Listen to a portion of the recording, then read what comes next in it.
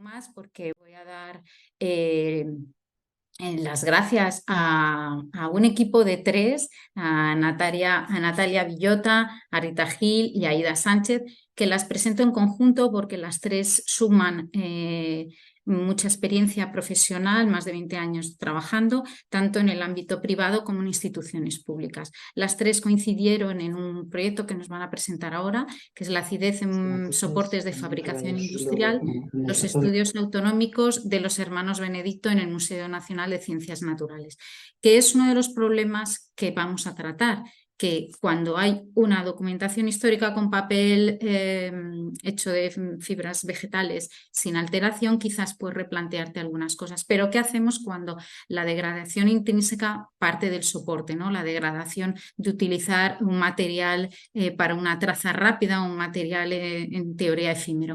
Pues bueno, les doy las gracias, no les quito más tiempo y bienvenidas.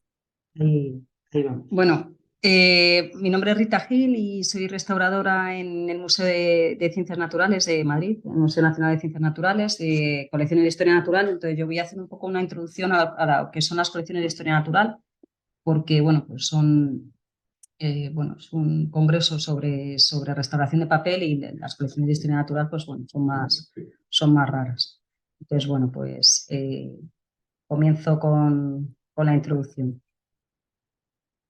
Bueno, pues decir que las colecciones de historia natural se crearon un poco entre los siglos XVI y XVII como gabinetes de curiosidades, y entonces englobaban eh, diversos objetos y eran colecciones arbitrarias y sin clasificar, o sea, eran producciones de la naturaleza o artísticas extrañas que llamaban la atención.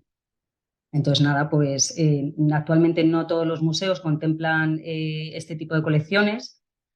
Por ejemplo, un ejemplo es en nuestro museo,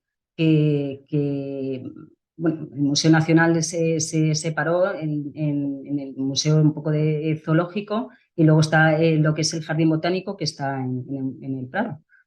Son colecciones muy extensas y variadas, o sea, difíciles de gestionar y de abarcar, y tienen características diferentes a otros museos, porque la gran mayoría de los ejemplares no se exhiben, especialmente los más valiosos, que son los ejemplares tipo, que son los que sirven para determinar una especie y sirven más para investigación.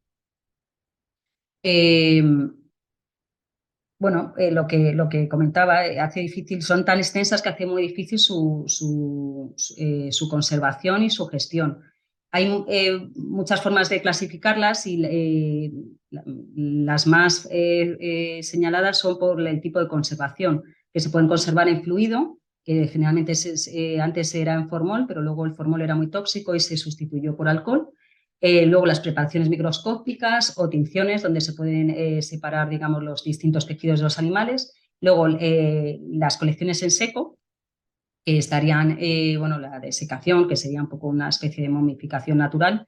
La liofilización, que esto es bastante más moderno, que es por sublimación del agua y conservan muy bien la forma, lo que pasa es que son muy frágiles. O la taxidermia, que la taxidermia, pues bueno, se lleva haciendo, no se sabe muy bien cuál es el inicio, pero digamos que donde alcanzó más esplendor es a partir del siglo XVIII. Y luego por la función de las colecciones, que es lo que va a determinar también qué se puede hacer con ellas. Las de investigación, que no se tocan para nada, los tipos que hemos dicho que es un poco lo más valioso de estas colecciones, y luego las colecciones de exhibición y didácticas, que es donde generalmente van a encontrarse los objetos de taxidermia. Y luego, pues, por los grupos zoológicos a los que representan, ¿no? De hecho, las colecciones del Museo de Ciencias, pues si os metéis en la página web, pues están ordenadas también de esta manera, ¿no? Mamíferos, aves, reptiles, etcétera. El Museo Nacional de Ciencias Naturales se crea en 1771 a partir de un poco de la adquisición de la colección de Franco Dávila por el rey de Carlos III.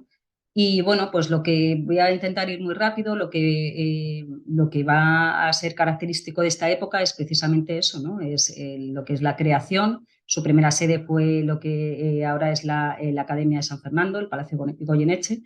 Y nada, se fueron adquiriendo nuevos objetos a través de una instrucción que mandó Carlos III a todos los confines del imperio en 1776, donde se pedía que se recolectaran todos los objetos posibles y las instrucciones para prepararlos. Esta primera época, bueno, se ha clasificado así, hay muchas clasificaciones, pero es un poco la más conocida. Se extiende hasta 1808 con la invasión francesa, que bueno, pues ahí hubo un expolio de las tropas francesas de las colecciones y también del propio taxidermista del museo, Pascual Mona, que bueno, contribuyó a ese expolio. Luego debió haber algo así porque luego se le readmitió, fue una cosa un poco rara. Luego, que es un poco la característica así más señalada. Luego la tercera época con la era Bolívar, que también pues, fue una época también de esplendor. Bueno, en la segunda época no he dicho que también hubo la expedición al Pacífico entre 1862 y 1865, o sea que no fue una época tan oscura, ¿no? Pero bueno, la era Bolívar fue una época de esplendor en la que mejoraron mucho las condiciones de conservación de las colecciones, también no solo de conservación, de exposición, de nueva adquisición. Es una época que se considera de esplendor. Luego la cuarta época, que fue con la segunda, o sea, con nuestra guerra civil española, en la que pues, los fondos, digamos que se desgregan, bueno, se le dice desgregación porque además fue una época un poco oscura en la que realmente el museo, pues bueno, tampoco hubo mucha renovación y bueno, se consideraba, posteriormente se consideró una época como un poco caduca, ¿no? Luego veremos que eso contribuyó también pues, a la desaparición de muchas piezas y a eliminar muchas piezas. Pero bueno, señalar en esta época que las colecciones de taxidermia eran tan valiosas que de hecho en lo que fue el salvamento del Tesoro Nacional, muchos de estas piezas se llevaron al Prado para protegerlas de lo que eran los bombardeos. Y luego la quinta época de renovación, en 1985, es donde desapareció también el taller de taxidermia, que lo veremos posteriormente, porque realmente, bueno, pues los discursos expositivos variaron y pues lo que habíamos en la taxidermia no estaba bien vista, no solo pasaba aquí en España, sino pasó también en todo el mundo y muchas de estas piezas pues, se desmembraron o se desecharon. Bueno, actualmente bueno, el museo depende del Ministerio de Ciencia e Innovación, no pertenece a Cultura y está gestionado por un patronato, por el CSIC. Y luego, pues nada, lo que habíamos dicho son colecciones muy extensas, agrupan más de 10 millones de especímenes y sirve precisamente es una estructura de investigación. Y luego, pues nada, la obtención de las colecciones generalmente se suele obtener por préstamos, por donaciones, intercambios, depósitos, expediciones. Ya es más raro porque hay muchas piezas, muchos especímenes que ya están protegidos. Y luego que la compra también no es frecuente, pero a veces si la colección es muy interesante, pues se intenta la compra. Luego recibe visitas y consultas de investigadores internacionales, nacionales y luego, pues bueno, es un museo que llama mucha atención de familias, colegios y de niños. Y luego, bueno, pues en la página web podéis ver un poco cómo están clasificadas las exposiciones. Aquí, bueno, he puesto un poco el organigrama hemos puesto el organigrama de un poco todas las colecciones que hay para que veáis que es muy variado y muy extenso, pero lo podéis visitar en la página web del museo, tampoco me quiero extender mucho. Y luego, bueno, pues un poco los fundamentos de la taxidermia, pues bueno, en realidad se supone que es preparar un animal con apariencia de vivo. Hace 100 años, pues la taxidermia desempeñaba una labor divulgativa que hoy en día, bueno, pues ha quedado un poco relegada, pues tenemos otros medios, podemos viajar, podemos ver animales de otra manera, pero en esos momentos la forma de conocer la naturaleza era a través muchas veces de la exposición de animales disecados. Y bueno, pues lo que os comentaba antes, no se sabe muy bien cuándo comenzó la taxidermia en sí, pero lo más importante fue el descubrimiento del jabón arsenical de Vancouver en 1743, que es un poco lo que dio estabilidad a esas piezas, porque antes eran atacadas por plagas y muchas se echaban a perder. Grandes figuras internacionales, Roland Ward, Gerald Son, los cito porque nosotros en el museo tenemos muchas piezas de ellos. O sea, las colecciones del museo no se conocen casi, pero son colecciones muy valiosas, no solo por su antigüedad, sino también por su riqueza.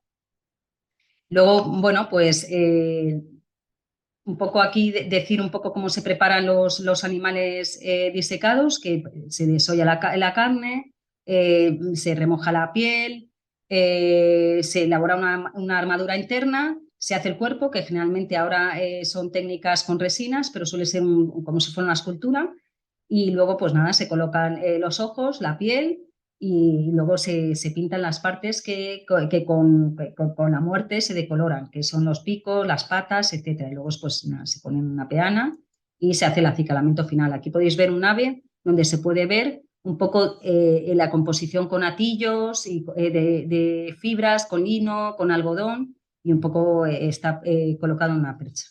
Y entonces, nada, lo bueno que tienen los animales naturalizados o la dificultad es que son híbridos. Por un lado son objetos de la naturaleza y por otro lado tiene su parte artificial. Entonces eso crea muchos problemas a la hora de la conservación. En la taxidermia en España, bueno, pues ha habido mucha taxidermia, pero realmente todavía, o sea, se están haciendo un poco distintas monografías un poco de la taxidermia en España, pero realmente todavía falta documentarla mejor. Hay que señalar los grandes taxidermistas que hubo en este museo, que fueron los hermanos Benedito, que crearon una saga y un taller reconocidos a nivel internacional. De hecho, muchas piezas se donaron a otros museos de Europa. Entonces, bueno, pues desarrollaron su actividad aquí en el taller a principios del siglo XX.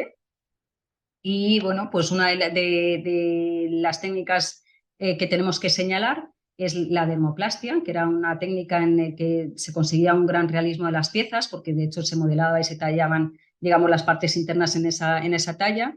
Y una cosa característica que tenían precisamente eran que utilizaban bocetos en el que apuntaban muchos datos de un poco de todo ese trabajo y ese estudio científico. De hecho, se conocía como taxidermia científica. Entonces apuntaban lo que eran el tamaño, la coloración, un poco todos esos estudios que hacían de campo, del hábitat, etcétera. Y luego, además, me he quedado, perdonad, que me he quedado. Me he quedado en blanco. Sobre los bocetos estábamos hablando. Perdón. Y lo que quería hablar es que lo característico y raro de un poco de todos estos bocetos es que superponían maniquís articulados para simular el movimiento que podía tener esa pieza a la hora de naturalizarlo, que era una cosa muy novedosa y rara.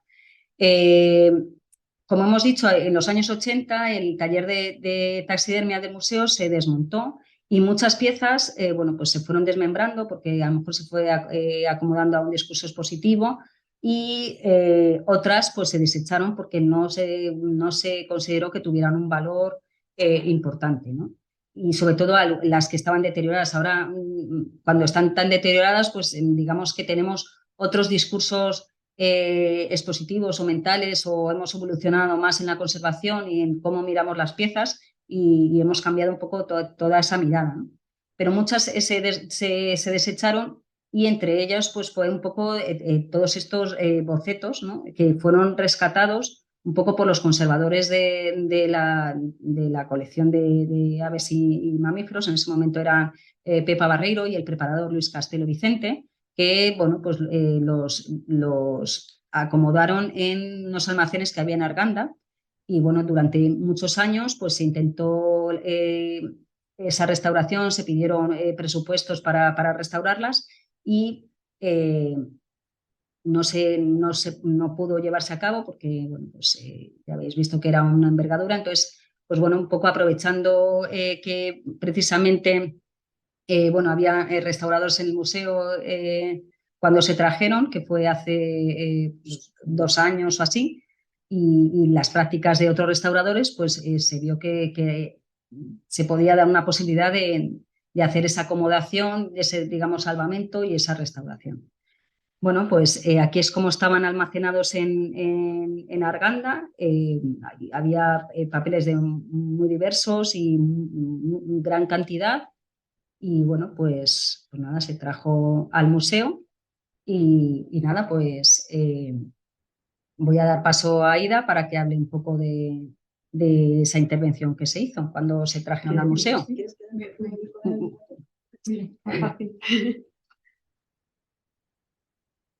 Vale, bueno, yo fui una de las estudiantes que estuvo en prácticas en el museo. Mientras todo este trabajo llegó, justamente yo llegué en el momento en el que las cajas de los maniquís llegaron al taller de restauración y aunque yo estaba en un máster de conservación de patrimonio de la Complutense, como había hecho el grado en restauración y conservación, pues pude echar una mano con este trabajo. Así que bueno, las piezas vinieron al taller y lo primero que hicimos fue ver un poco con qué nos estábamos enfrentando y al final lo primero que se hizo fue pues, la toma de contacto en general. Voy a contar un poco el estado de conservación que tenían las piezas cuando llegaron y las primeras intervenciones que se hicieron antes de que Natalia ya comente el tema de la acidez de los soportes y demás. Bueno, las piezas evidentemente tenían bastante suciedad superficial. Lo bueno es que fue superficial, entonces con brochas y aspirador se pudo quitar bastante decentemente. Había presencia de insectos, había hongos. En algunos, por suerte, no eran muchas las piezas que contaban con hongos, con lo cual tampoco fue un susto muy grande. Contaban con roturas, deformaciones y manchas. Todo esto, tanto aplicado a los maniquís, que es lo que, como ha dicho Rita, ponían los Benedito en los bocetos, que son los de papel, para hacer la naturalización de los animales. Luego, algunos tanto de los bocetos como de los maniquís contaban con etiquetas y con inscripciones que nos ayudaron a que, como pudisteis ver en las anteriores fotos, todas las piezas que venían a lo mejor enredadas entre sí, pudimos separarlas en función de las inscripciones, los años, el sexo de los animales, si eran conjuntos de a lo mejor felinos, si eran conjuntos de gacelas, me parece que también había incluso, o sea que todo esto, casi todas las piezas tenían inscripciones, con lo cual fue más o menos fácil poder hacer conjuntos que tuviesen una lógica. Gracias a las etiquetas, como he dicho, pues fue más sencillo, como podéis ver ahí, el león y el venado venían con una etiqueta, con lo cual fue fácil poder separarlas. Una de las curiosidades por la que realmente descubrimos que utilizaban los bocetos y los cartones al mismo tiempo fue que algunos de los bocetos del papel, al desenrollarlos, pudimos ver que contaban con marcas en color rojo y azul que coincidían con las mismas inscripciones que tenían los maniquís. Entonces pudimos ver que los utilizaban, los calcaban y ha sido posible pues, vincular bocetos a maniquís por las marcas. Hicimos 2 bases de datos bastante extensas, unas de maniquís y otras de bocetos, en las que bueno, pues podíamos ir apuntando todos los datos que podíamos sacar de inscripciones, medidas, incluso a veces el material. Bueno, el acondicionamiento, las intervenciones, el almacenamiento y demás. Lo primero que se hizo fue la limpieza superficial, como ya he comentado. Se hizo con aspirador, al que se le puso una media para evitar problemas ni aspirar nada que no debíamos, porque había algunos bocetos que estaban bastante frágiles. Luego también todas las inscripciones, pues ahí sí que hubo más trabajo porque hubo que ir con cuidado con gomas borrando sin tocar las zonas en las que estaban las inscripciones, que eran a grafito, incluso algunas a carboncillo, con lo cual esas piezas se trataron con muchísimo más cuidado para evitar, evidentemente, eliminar las inscripciones. Luego se hicieron también catas de limpieza para, aquí en estas imágenes podéis ver un poco el antes y el después de las tonalidades que tenían más oscuras y así como quedaron tras la limpieza. Y aquí igual, este es el polvo superficial que tenían y así quedaron tras la limpieza. Y después en algunos se hizo consolidación.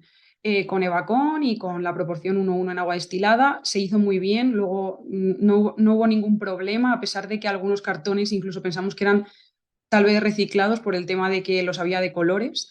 Y también utilizamos un adhesivo celulósico semisintético, meticelulosa, para intentar adecuar los gramajes y los colores lo máximo posible sin caer en falsos ni nada de ese estilo. Después, en algunos se hizo la minimización de deformaciones, que como estaban enrollados, se habían pasado tanto tiempo enrollados, pues las deformaciones eran evidentes prácticamente en todos. Es verdad que los bocetos que desenrollábamos y que estaban en buenas condiciones, los volvimos a enrollar con papel de seda y demás para que se mantuviesen el buen estado de conservación que tenían, pero algunos estaban muy mal. Luego ya veréis fotos de algunos que sí que hubo que intervenirlos un poquito más. Pero bueno, los maniquís hubo suerte, y es que como algunos de los cartones eran tan grandes, el propio peso de tenerlos sobre la mesa fueron haciendo que se fuesen aplanando ellos solos, no hubo que hacer ninguna intervención más directa. Y también incluso algunos los pusimos guardados entre carpetas, entonces el propio peso los fue aplanando sin mayor intervención. Luego se hicieron pruebas de injertos tanto en bocetos como en maniquís, porque es un trabajo que todavía está en desarrollo, entonces algunos han intervenido y otros no. Y bueno, pues se utilizó Passepartout porque en los maniquís era lo que mejor se adecuaba al gramaje del cartón, que también hubo bastantes mediciones de gramaje porque había de todo tipo de grosores, y también en los bocetos se realizaron intervenciones de este estilo. En los maniquís he puesto un poco el proceso porque fue complicado, que bueno, se fue tallando con el bisturí y demás, calcando cada formita, y nada, se hicieron las adhesiones para después ya empezar con las reintegraciones cromáticas con el brillo indicado, con al final la capa que se necesitaba poner que quedase bien al tener el Passepartout blanco y la base del cartón ser al final marrón, pues bueno, hubo que estudiar bastante qué se utilizaba, que tampoco diese un brillo que cantase demasiado.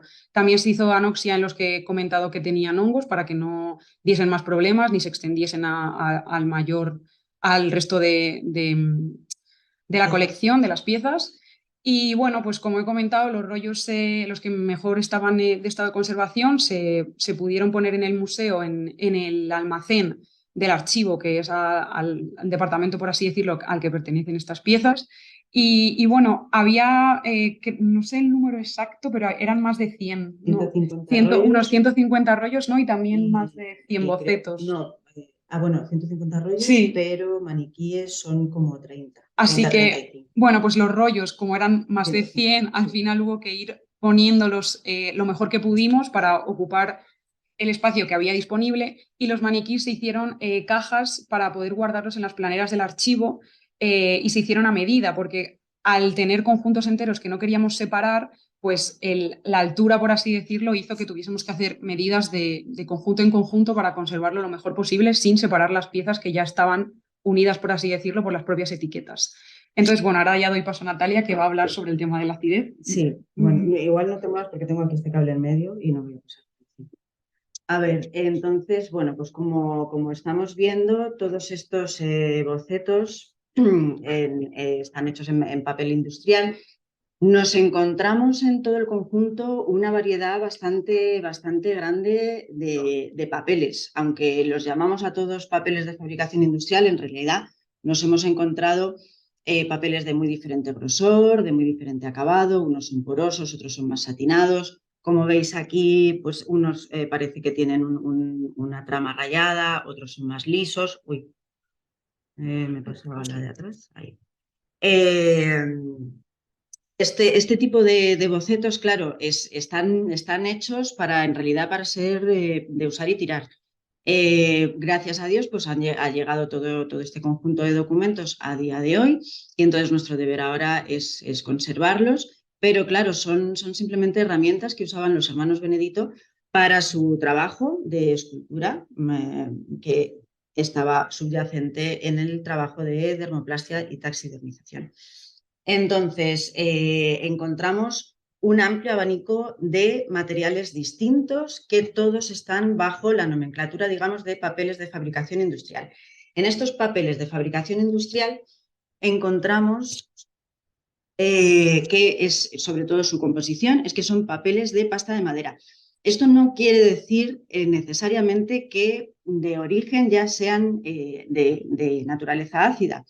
No sabemos todos estos papeles que han llegado hasta nosotros, todos los bocetos y los maniquíes, no sabemos qué nivel de pH presentaban en un principio. Lo que sí que sabemos es que a día de hoy hay muchos papeles de pasta química que si su proceso para conseguir lo que es la pasta de madera se hace añadiendo sosa o sulfato, el resultado es alcalino y de hecho encontramos hoy en día papeles, llamámoslo craft o papeles Straza, también encontramos diferentes nomenclaturas, no nos vamos a meter muy bien en cómo llama cada uno a cada tipo de papel porque ahí la verdad que depende mucho incluso del sitio donde estés. Lo cierto es que varían, son muy variados y también es muy variada la respuesta que dan a los tratamientos que les intentamos hacer. Entonces, cada uno tiene una respuesta diferente. El papel craft, lo que conocemos como papel craft, tiene un apresto que lo hace muy sensible a la humedad y luego esto nos da problemas en el alisado y todo esto. Como digo, si están hechos de sulfato, pues el resultado puede ser alcalino y algunos que hemos tomado mediciones hoy en día dan niveles de 7. Todos los bocetos que nos encontramos en nuestro trabajo, cuando llegan aquí al museo, los niveles de pH son 4 y algunos en los mejores casos son 5, pero vamos, muy pocos, casi todos de forma general, el nivel de pH es 4. También presentan un alto grado presentaban, bueno, y siguen presentándolo, la verdad, un alto grado de friabilidad. Son súper delicados, se rompen, se quiebran, nada más tocarlos. Y como muchos de ellos venían en formato rollo por las grandes dimensiones, démonos cuenta que estos bocetos al final terminan representando al animal casi a escala 1:1, o bueno, sin el casi, representan al animal a escala 1:1. Aquí estamos viendo un avestruz, con lo cual, pues eso, tiene el tamaño de un avestruz y al final los bocetos se terminan enrollando para poder transportarlos y que ocupen menos sitio. Suerte tenemos de que no se hayan perdido, pero al final, claro, simplemente en desenrollarlos, o sea, la tarea, como veis, abajo tenemos esta Rita con otras 2 compañeras del archivo, Piluca y Neville, y al final el trabajo era muy delicado con cualquier acción muy sencilla como era simplemente el desenrollado. Natalia, tenéis que ir finalizando. Sí. Realizamos pruebas para la desacidificación porque, pues eso, viendo que teníamos valores en torno a 4, pues decidimos intentar hacer algo con el tema de la acidez, aunque, como decíamos, este es un proyecto que todavía está en proceso. Realizamos pruebas con cenizas de bambú y con hidróxido cálcico, ambas a nivel 8,5 en las de bambú y en hidróxido cálcico 8,5 y seguimos subiendo con 9, con 11 y con 14. Ninguna de las pruebas que hicimos dio un cambio significativo en el nivel de pH de las piezas. Todas se mantuvieron en 4 y como mucho subían a 5, pero utilizando, ya os digo, el hidróxido cálcico en una concentración, en un nivel de pH más alto, el de 14. Y solamente conseguíamos un cambio muy mínimo. Sin embargo, por ejemplo, vamos a poner el avestruz como ejemplo un poco de todo. A él le hicimos un aporte de la reserva del hidróxido cálcico de forma indirecta a través de papeles secantes que fuimos pulverizando con una solución al 9 y a través de una membrana de Sympatex, que por aquí teníamos la membrana de Sympatex para evitar condensaciones y que el papel se deformase demasiado. Y bueno, el resultado final es que el nivel de pH del avestruz sigue siendo 4, pero sin embargo su flexibilidad sí que notamos un cambio. sea, en lo que es la flexibilidad del soporte, sí que notamos que estaba mucho menos quebradizo, que podíamos manipularlo con muchísima mayor seguridad y que respondía pues eso, a una flexibilidad mayor, aunque ya os digo que lo que es el nivel de pH se mantuvo en 4. Un poco las conclusiones que sacamos con respecto a la acidez es que pues ya sea porque hayan venido del almacén de Arganda al museo y aquí las condiciones son más estables o hay a lo mejor un aporte de humedad en el ambiente un poco mayor. Evidentemente las hemos limpiado, las hemos estado tratando y han ido respondiendo de manera favorable a los tratamientos, pero lo que es los niveles de acidez siguen siendo bastante críticos y a día de hoy no estamos, yo creo que suficientemente convencidas de emplear un proceso de desacidificación para prácticamente ningún resultado. Entonces, bueno, otra de las características determinantes de esto es que, bueno, como habéis visto, casi todos son documentos de gran formato, que esto siempre es difícil y añade un punto de dificultad al trabajo. Por último, bueno, pues agradecer siempre a todo el personal del museo que nos ha ayudado un montón y sin el cual pues todo este trabajo habría sido imposible, en especial pues eso, al equipo del archivo, al conservador de aves y mamíferos, Ángel Garbía, y bueno, y también sobre todo pues agradeceros a vosotras, en especial a Emma, a Ana, que siempre contestáis a todas mis dudas, me asesoráis, siempre hacéis un hueco en la agenda y bueno, y gracias por invitarnos a participar en este seminario que a nosotras nos parece todo súper interesante y estamos deseando poder ver el resto de ponencias.